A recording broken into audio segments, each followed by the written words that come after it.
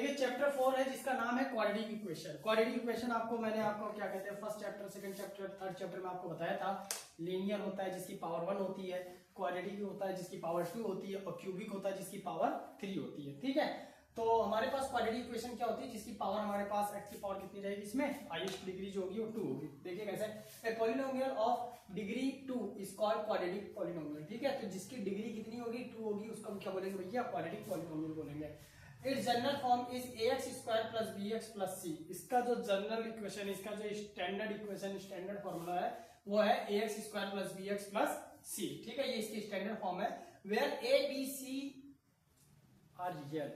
ठीक है, तो a b c हमारा क्या होगा, रियल नंबर होगा। क्या होगा, रियल नंबर होगा। ठीक है, such that a is not equal to 0। इसमें कभी भी a 0 नहीं होगा। a 0 इसलिए नहीं होगा कि अगर a 0 हो जाएगा तो x स्क्वायर क्या हो जाएगा, 0 हो जाएगा, और जब x स्क्वायर 0 हो जाएगा तो क्वाड्रेटिक इक्वेशन रहेगी नहीं। क्योंकि क्वाड्रेटिक इक्वेशन की पहली कंडीशन ये है कि x की जो हाईएस्ट डिग्री होनी चाहिए वो कितनी होनी चाहिए, 2 होनी चाहिए।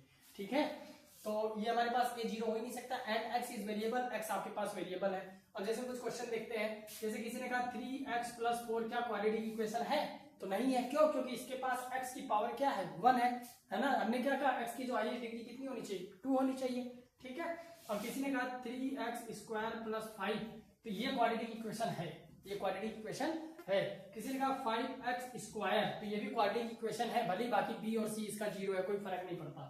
ठीक है, इसी तरह किसी ने कह दिया 10x प्लस 5, तो क्या ये क्वाड्रेटिक इक्वेशन है, ये क्वाड्रेटिक इक्वेशन नहीं है। क्यों, क्योंकि इसके पास x की पावर 2 नहीं है। ठीक है, तो इस तरीके से हमको पता लगता है कि जो क्वाड्रेटिक इक्वेशन होती है उसमें पावर कितनी होनी चाहिए, 2 होनी चाहिए। जैसे एक एग्जांपल और ले लीजिए, 9x square plus 4x plus 5 is equal to 0 है, तो क्वाड्रेटिक इक्वेशन है। क्यों, क्योंकि x की पावर कितनी है, 2 है।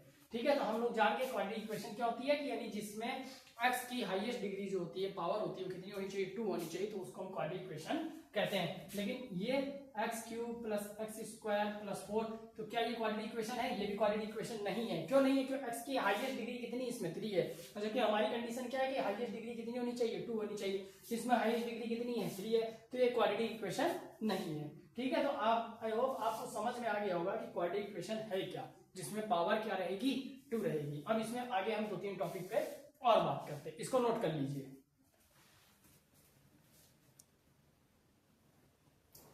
अब इस चैप्टर के अंदर हम लोग जान लेंगे क्वाड्रेटिक इक्वेशन क्या होती है। ठीक है, क्वाड्रेटिक इक्वेशन के बाद हमारे पास क्या होता है कि हमको, हमारे पास एक इक्वेशन रहेगी, उस इक्वेशन को हमको सॉल्व करना रहेगा। उस इक्वेशन को सॉल्व करने के हमारे पास 2 तरीके होंगे, एक तो होगा प्राइम फैक्टराइजेशन मेथड से, एक होगा हमारे पास दराचार्य मेथड से। ठीक है, होगा आंसर दोनों से सेम आएगा, बस मेथड अलग अलग रहेंगे। अगर हमसे क्वेश्चन में दराचार्य बोल रहा है तो हम दराचार्य लगाएंगे, और क्या कहते हैं फैक्टराइजेशन मेथड बोलेगा तो फैक्टराइजेशन मेथड लगाएंगे। जानकारी या इंफॉर्मेशन हमारे पास दोनों की होनी चाहिए कि दोनों किस तरीके से होते हैं। ठीक है, तो ये जो x square minus 3x minus 10 is equal to 0 है, इसकी बात याद करिए, हमने चैप्टर नंबर 2 में जब जीरोस निकालते थे उसको वेरीफाई करने के लिए हम लोग इसमें प्राइम फैक्टराइजेशन मेथड लगाते थे, जिसको मैंने आपको बताया था स्प्लिट मेथड। ठीक है, तो उसी तरीके से होगा 10 1 जा 10, आपको भी बताया था ना, फर्स्ट इंटू थर्ड, तो 10 1 जा 10, 1 इंटू 10 कितना हो गया, 10 हो गया। और फिर मैं कहता था 10 के ऐसे फैक्टर करने हैं, 10 के ऐसे टुकड़े करने हैं कि मैं प्लस या माइनस करूं तो 3 आ जाए, प्लस या माइनस करूं तो कितना आ जाए, 3 आ जाए, और मल्टीप्लाई करें तो कितना आ जाए, 10 आ जाए वापस। तो ऐसे टुकड़े हैं, तो ऐसे टुकड़े हैं, 5 और 2 है, 5 2 जा 10। तो ध्यान से देखिए, 5 माइनस 2 करेंगे तो कितना आ जाएगा, 3 आ जाएगा, और 5 इंटू 2 करेंगे तो कितना आ जाएगा, 10 आ जाएगा। अब मुझे 3 का चाहिए, माइनस का चाहिए, तो माइनस का 3 लाने के लिए क्या करेंगे, बड़ी डिजिट पे माइनस लगा देंगे और इस पे छोटी वाली पे प्लस लगा देंगे। अब मेरा आंसर किस में आ जाएगा, माइनस में आ जाएगा। ठीक है, तो वो फैक्टर कितना है हमारे पास, 5 और 2 है। अब इस 3 की जगह हम क्या लिखेंगे, 5 और 2 लिखेंगे। अब यहाँ पर क्या लिख देंगे, x square minus 5x plus 2x minus 10 is equal to 0। ठीक है, या 0 की हटा दीजिए, सॉल्व करते हैं सीधा। अब देखिए, जब मैंने कहा था 4 हो जाते हैं तो क्या होते हैं, 2 2 के पेयर बन जाते हैं। सेकंड चैप्टर अगर आपने नहीं देखा तो उसको देख लीजिएगा पहले। ठीक है, बहुत आसानी से समझ में आएगा। अब इसमें x कॉमन आ जाएगा, x माइनस 5 हो जाएगा, प्लस 2 कॉमन आएगा, x माइनस 5 हो जाएगा। मैंने कहा था ये और ये चीज क्या होती है, सेम होती है, तो ये दोनों में से कॉमन आ जाएगा, ये कॉमन आ जाएगा तो हमारे पास हो जाएगा x माइनस 5 और x plus 2। Then x minus 5 is equal to 0 and x plus 2 is equal to 0, x is equal to plus 5, x is equal to minus 2। ठीक है, ये हमारे पास हो गया। ठीक, अब हमको सेकंड मेथड क्या है, ये तो हो गया हमारा क्या कहते हैं, प्राइम फैक्टराइजेशन मेथड। ठीक है, अब हमको क्या करना है, अब हमको धराचार्य मेथड से निकालना है कि धराचार्य मेथड से हम इसको कैसे कर सकते हैं। धराचार्य मेथड से करना बहुत इजी है, ठीक है, इससे भी इजी पड़ता है, उसमें बस फॉर्मूला लर्न होना चाहिए। फॉर्मूला है धराचार्य का minus b plus minus root b square minus 4ac upon 2a, ठीक है, minus b plus minus root b square minus 4ac upon 2a। तो सबसे पहले हमारे पास इसमें क्या क्या चीजें चाहिए, हमको a चाहिए, हमें b चाहिए और हमें c चाहिए। तो a b c निकालना आप लोग जानते ही हो, चैप्टर नंबर 2 और चैप्टर 3 में आप लोग अच्छे से सीख चुके हो। इसको कंपेयर कराएंगे किससे, ax square plus bx plus c equal to 0 होता है ना quadratic equation, ax square plus bx plus c। तो जो x स्क्वायर के साथ है वो कौन है, a है, जो x के साथ है वो b है, और जो मैथ वाला है वो क्या है, c है। तो a क्या होगा हमारे पास 1 जो x स्क्वायर के साथ है, b क्या होगा हमारे पास -3 जो x के साथ है, और c हमारे पास कौन होगा, मैथ वाला नंबर जो कि क्या है -10 है। ये सारी वैल्यू आ गई, ये सारी वैल्यू उठा करके इस प्रॉब्लम में पुट कर देना बस। माइनस लगा है पहले से लगा दिया, b की जगह कितना है -3 लिख दिया, plus minus root b square, b की जगह -3 है, -4 इंटू ac, 4ac मतलब 4 इंटू a इंटू c है, ध्यान रखिएगा 4 इंटू a कितना हमारे पास 1 है, c कितना हमारे पास -10 है, अपॉन 2a 2 मल्टीप्लाई 1। अब ये माइनस माइनस क्या हो जाएगा प्लस, तो 3 प्लस माइनस रूट 3 का स्क्वायर 9 हो जाएगा। देखो जब भी स्क्वायर के बाद अगर 2 माइनस आ जाए, यानी एक तो क्वेश्चन फॉर्मूले का माइनस और एक हमारे क्या कहते हैं जो वैल्यू है, अगर वो माइनस में तो वो हमेशा प्लस हो जाता है, ध्यान रखिएगा कि माइनस इंटू माइनस प्लस होता है, ठीक है। तो इसमें बार बार कंफ्यूज होने की जरूरत नहीं है, ठीक है। अगर यहाँ टोटल 3 माइनस है तो आंसर माइनस में रहेगा, सिंगल माइनस है तो आंसर माइनस में रहेगा, और अगर 2 माइनस है, 2 नंबर माइनस में, तो हमारा आंसर किस में रहेगा, प्लस में रहेगा, ठीक है। तो 9 4 1 जा 4 और 4 10 जा 40, तो प्लस का 40 अपॉन 2।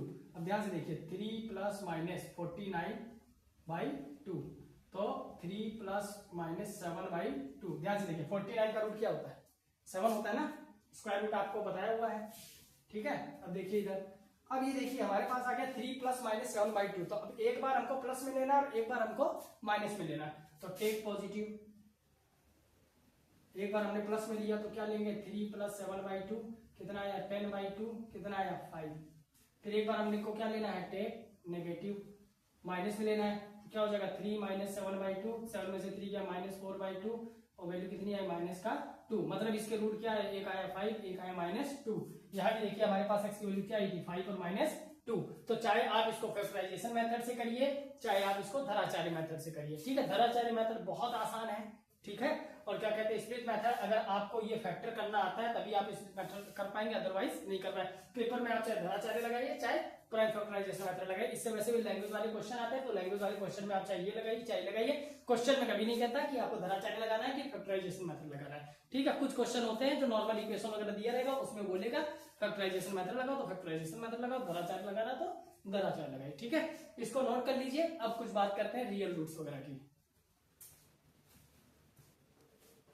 अब देखिए एक, अब हमारे पास एक कंडीशन और है इसमें, क्या कहते हैं इसका बेसिक का आखिरी टॉपिक डिस्क्रिमिनेशन। जो डिस्क्रिमिनेशन होता है, डिस्क्रिमिनेंट क्या होता है कि हमारे पास ax square plus bx plus c equal to 0 के रूट्स रियल है, ठीक है, या क्या कहते हैं रियल है कि नहीं है, उन सबको जानने के लिए हमारे पास क्या कहते हैं 3 कंडीशन होती है। पहली कंडीशन है वो कह रहा है 2 डिस्टिंक्ट रियल रूट्स होते हैं, यानी जो रूट हम निकालते हैं, जो अभी निकाले थे ना 5, -2 वगैरह, तो कह रहा है अगर b square minus 4ac is greater than, ठीक है, 0 से अगर वो बड़ा है, 0 से बड़ा है मतलब पॉजिटिव नंबर आया, यानी बी स्क्वायर माइनस 4ac को जब मैंने सॉल्व किया तो प्लस का 10 आ गया, प्लस का 5 आ गया, प्लस का 11 आ गया, 12 आ गया। तो अगर प्लस में मेरा आंसर आता है, इसलिए मैंने लिख दिया यहाँ पर प्लस। अगर मेरा d की वैल्यू जो बी स्क्वायर माइनस 4ac की वैल्यू अगर वो मेरी पॉजिटिव आती है, तब मेरे पास क्या होगा 2 डिस्टिंक्ट रियल रूट्स, उसके 2 डिस्टिंक्ट रियल रूट्स आएंगे, ठीक है, उसको सॉल्व करने पर। सेकंड कंडीशन क्या करिए कि अगर b square minus 4ac equal to 0 हो जाए, अगर मैं बी स्क्वायर माइनस 4ac को सॉल्व करूं और वो क्या हो जाए 0 हो जाए, क्या हो जाए 0 हो जाए, तब वो उसका हमारा क्या होता है कि वो कह रहा है 2 इक्वल रियल रूट्स, क्योंकि अगर वो 0 हो जाएगा तो जो प्लस माइनस लेना ही नहीं रहेगा, जो हमारे पास एक आंसर आएगा वही दोनों का सेम आंसर हो जाएगा। नो रियल रूट्स, कब रियल रूट्स नहीं होते, जब हमारा आंसर किस में आ जाए, नेगेटिव में आ जाए। B square minus 4ac is less than 0, यानी बी स्क्वायर माइनस 4ac की वैल्यू क्या आ जाए -3 आ जाए, -7 आ जाए, -9 आ जाए, -10 आ जाए, -12 आ जाए, -13 आ जाए। अगर इस तरह की वैल्यू आती है तो हमारी कौन सी कंडीशन होगी, नो रियल रूट्स, ठीक है। और जैसे क्वेश्चन हमने एग्जांपल के लिए लिख रखा है यहाँ पे 2x स्क्वायर, एक सॉल्व कर ले रहा है, एक आपको दे दे रहा हूँ, एक आप कर लीजिएगा, 5 इक्वल टू 0 दिया है, तो हमारे पास a की वैल्यू क्या है इसमें 2 है, b की वैल्यू कितनी है -3 है, c की वैल्यू कितनी है 5 है, a b c। ठीक है, हम इसमें कंडीशन अप्लाई करके देखते हैं b square -4ac equal to क्या आता है। ठीक है, लेस देन 0 है, ग्रेटर देन 0 है, इक्वल टू 0 है। कैसे चेक करेंगे, देखिए b की वैल्यू कितनी है -3 है, -3 का स्क्वायर 4 इंटू a 2 है, c कितना है 5 है, 3 3 जा 9 हो गया, 4 2 जा 8 8 5 जा 40, तो 40 माइनस 9 कितना आ गया माइनस का 31, तो माइनस आंसर आया। इट मींस क्या कहते हैं लेस देन क्या है 0 है, देन कंडीशन क्या होगी b square -4ac is less than 0। तो हम इसमें क्या लिखेंगे, इसमें नो रियल रूट्स।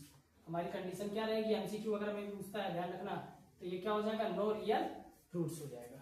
क्लियर, ये एक आखिरी टॉपिक था डिस्क्रिमिनेंट का कि b स्क्वायर -4ac अगर ग्रेटर देन है 0 से तो पॉजिटिव होगा, मतलब तो ये कंडीशन होगी हमारे पास। इक्वल टू 0 है तो ये कंडीशन है, और लेस देन 0 है तो ये कंडीशन है। ठीक है, तो इसको आप लोग करके देखिएगा, a2 है, b -6 है और c क्या आपका 3 है, इसमें पॉजिटिव आंसर आएगा। ठीक है, तो पॉजिटिव आंसर आएगा तो हमारी कंडीशन हो गई 2 डिस्टिंक्ट रियल रूट्स होगा। ठीक है, नोट कर लीजिए। अब चलते हैं हम लोग एक्सरसाइज पे।